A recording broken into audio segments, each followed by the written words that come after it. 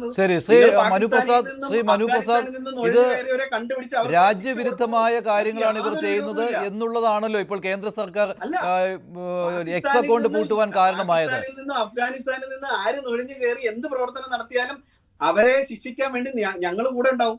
ഞങ്ങൾക്ക് യാതൊരു പ്രശ്നവുമില്ല. നിങ്ങൾ ലേസിയാണ്, നിങ്ങൾക്ക് എങ്ങനെ സൃഷ്ടിക്കാൻ കഴിയും? ശരി, അത് മനു, കമ്പ്യൂട്ടർ റൂമിൽ ഇരുന്നാണ് കളി മുഴുവൻ. മനു, കേന്ദ്ര സർക്കാർ ഇവരെ പേടിക്കുന്നതുകൊണ്ടാണോ? ഇത് ഈ പേടിക്കുന്നതുകൊണ്ടാണ്, ഈ കൂട്ടായ്മയെ പേടിക്കുന്നതുകൊണ്ടാണോ മനു? പ്രധാനമന്ത്രിയുടെ ഇൻസ്റ്റഗ്രാം അക്കൗണ്ടിന്റെ ഫോളോവേഴ്സിൽ എത്ര പേര് ഇന്ത്യക്കാരുണ്ടെന്നുള്ളത് ശ്രദ്ധിക്കണ്ടേ? അതിൽ ഇന്ത്യക്കാർ തന്നെയാണോ ഉള്ളത്? സമാധാനത്തോടെ ഇരിക്കണം മനു. ഓക്കെ, ഇതില് വളരെ ഗൗരവമായി കോക്രോച്ച് ജനതാ പാർട്ടിയുടെ പ്രതിനിധിയോട് സംസാരിക്കുന്ന കണ്ടപ്പോ എനിക്ക് അത്ഭുതം തോന്നി. അദ്ദേഹം മറ്റൊരു രാജ്യത്തിൽ നിന്നുകൊണ്ടാണ് സംസാരിക്കുന്നത്. അദ്ദേഹം പറഞ്ഞത് ഇവിടെ രാജ്യസുരക്ഷയെ ബാധിക്കുന്ന കാര്യമുണ്ടെങ്കിൽ ഞങ്ങൾ എന്തിനു നോക്കണം? അത് നോക്കാനാണല്ലോ ഗവൺമെന്റ്. ഞങ്ങൾക്ക് എന്താണ് ഉത്തരവാദിത്വം എന്നാണ് ഒരു ഇന്ത്യൻ പ്രതിനിധി ചർച്ചയിലിരുന്ന് ഒരു ഉളുപ്പുമില്ലാതെ പറയുന്നത് കേൾക്കുമ്പോൾ ഇതാണ് ഞങ്ങൾ ഭയക്കുന്നതും ഞങ്ങൾ ചോദ്യം ചെയ്യുന്നതും. ഈ രാജ്യത്തിന്റെ സുരക്ഷയെ സംബന്ധിച്ച് ഗവൺമെന്റിന് മാത്രമല്ല, ഓരോ ജനതയ്ക്കും അതിന് കൃത്യമായ ഉത്തരവാദിത്വവും ബോധ്യവും പൊതുബോധവും പൗരബോധവും ഉണ്ടാകണമെന്ന് ആഗ്രഹിക്കുന്നുണ്ട്. അത് നിങ്ങൾക്കില്ല എന്ന് ഈ ചർച്ചയിൽ തുറന്നു സമ്മതിച്ചുകൊണ്ടാണ് നിങ്ങൾ ഈ ചർച്ചയിൽ മുന്നോട്ട് പോകുന്നത്. നിങ്ങൾ പറഞ്ഞത് എന്താണ്? രാജ്യത്തിന്റെ സുരക്ഷയെ ഏതെങ്കിലും തരത്തിൽ ബാധിക്കും, ഞങ്ങൾ എന്തിനു നോക്കണം? ഞങ്ങൾക്കും അതിൽ ഉത്തരവാദിത്വമുണ്ട്. ഇനി നിങ്ങൾ പറഞ്ഞ മറ്റൊരു കാര്യം വളരെ പ്രസക്തമാണ്. രാജ്യത്തിന്റെ ഇന്റലിജൻസ് വിഭാഗങ്ങൾ ഏതെങ്കിലും തരത്തിൽ സുരക്ഷാ ഭീഷണിയുണ്ട്, രാജ്യത്തിന് സുരക്ഷിതത്വത്തിന് പ്രശ്നമുണ്ട് എന്ന് കണ്ടെത്തിയാൽ അവർ എടുക്കേണ്ട നടപടികൾ സ്വീകരിക്കുക തന്നെ ചെയ്യും. അത് ഏതെങ്കിലും ഒരു ഘട്ടത്തിൽ സ്വീകരിക്കാതിരുന്നാൽ ഈ രാജ്യത്തുണ്ടാകുന്ന സുരക്ഷാ പ്രശ്നങ്ങൾക്ക് നിങ്ങൾ വിദേശത്തിരിക്കുമ്പോൾ ഒരുപക്ഷെ വലിയ തോതിൽ ബാധിക്കണമെന്നില്ല. എന്നാൽ സാധാരണക്കാരും പട്ടിണിപ്പാവങ്ങളുമായിട്ടുള്ള ദരിദ്ര ജനവിഭാഗങ്ങളെ, യുവാക്കൾ ഉൾപ്പെടെയുള്ളവർ ഈ രാജ്യത്ത് നേരിടാൻ പോകുന്ന വലിയ പ്രതിസന്ധിക്ക് കണ്ണടച്ചു കൊടുക്കുന്ന ഒരു ഭരണകൂടമായി ഈ രാജ്യത്തെ ഭരണകൂടം മാറാൻ പാടില്ല. മനു, അതിനകത്ത് അവർ ഉന്നയിച്ചിരിക്കുന്ന ഈ ആവശ്യമുണ്ടല്ലോ, ഈ നീറ്റ് പരീക്ഷയിലെ ഈ ക്രമക്കേട് കാരണം ഇത്രയും വിദ്യാർത്ഥികൾക്ക് ദുരിതമുണ്ടായി, അവരുടെ രക്ഷകർത്താക്കളെയും അതിൻ്റെ അകത്തേക്ക് കൂട്ടണം, അവരും ഇപ്പോൾ വലിയ സങ്കടത്തിലാണ്.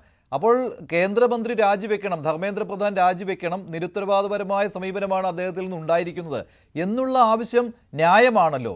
ആ ആവശ്യമാണ് അവർ പ്രധാനമായിട്ടും ഉന്നയിക്കുന്നത്. ഇപ്പോഴത്തെ അവരുടെ ഏറ്റവും പ്രധാനപ്പെട്ട ആവശ്യം അതാണ്. അത് കണ്ടില്ലെന്ന് നടിക്കുകയാണ്.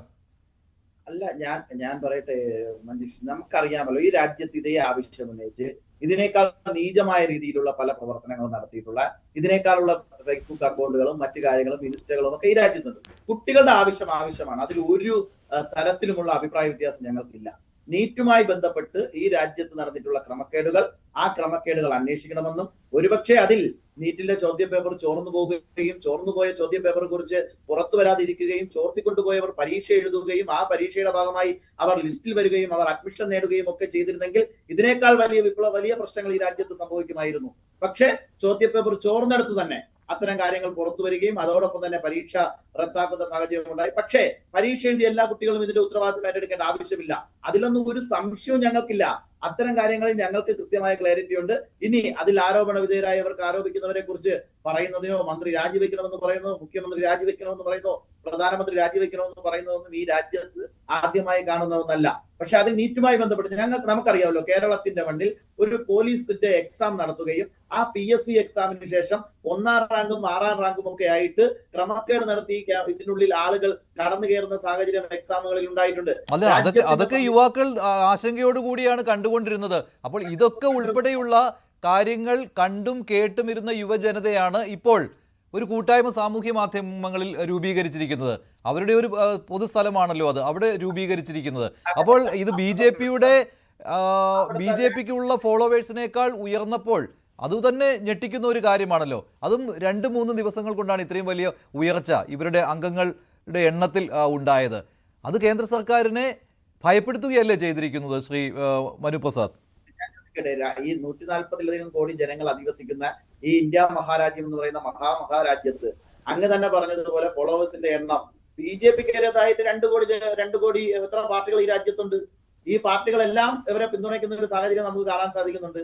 ഇനി ഇവിടെയുള്ള ഫോളോവേഴ്സ് എല്ലാം ഇന്ത്യക്കുള്ളിലെ ജനതകളാണ് എന്ന് ഉറപ്പിച്ചു പറയാൻ ഫോളോവേഴ്സിന് നേതൃത്വം കൊടുക്കുന്ന കണ്ടന്റ് ക്രിയേറ്റ് ചെയ്തുകൊണ്ടിരിക്കുന്നു എന്ന് അവകാശപ്പെടുന്ന കോക്രോച്ച് പാർട്ടിയുടെ ആൾക്ക് പോലും പറ്റുന്നില്ല. 2, അങ്ങ് പറഞ്ഞ പോലെ നീറ്റിന്റെ പ്രശ്നവുമായി ബന്ധപ്പെട്ടൊന്ന് പരിഹരിക്കട്ടെ എന്ന് പറഞ്ഞ് ചാടി ഇറങ്ങി തുടങ്ങിയതല്ലല്ലോ ഇത് തുടങ്ങിയിരിക്കുന്ന ബാക്ക്ഗ്രൗണ്ട് തുടങ്ങിയ ആളുകളുടെ രാഷ്ട്രീയ പശ്ചാത്തലം, ഇവർ ഇതിനു മുമ്പ് ഉൾപ്പെട്ടിട്ടുള്ള കേസുകൾ, ഇവർ പ്രശ്നങ്ങൾ നടപടിക്രമങ്ങളിൽ നേരിട്ടുകൊണ്ടിരിക്കുന്ന കാര്യങ്ങൾ ഒക്കെ പരിശോധിക്കുമ്പോൾ ഇതിന്റെ പിന്നിൽ വ്യക്തമായ ഒരു ലക്ഷ്യമുണ്ട്.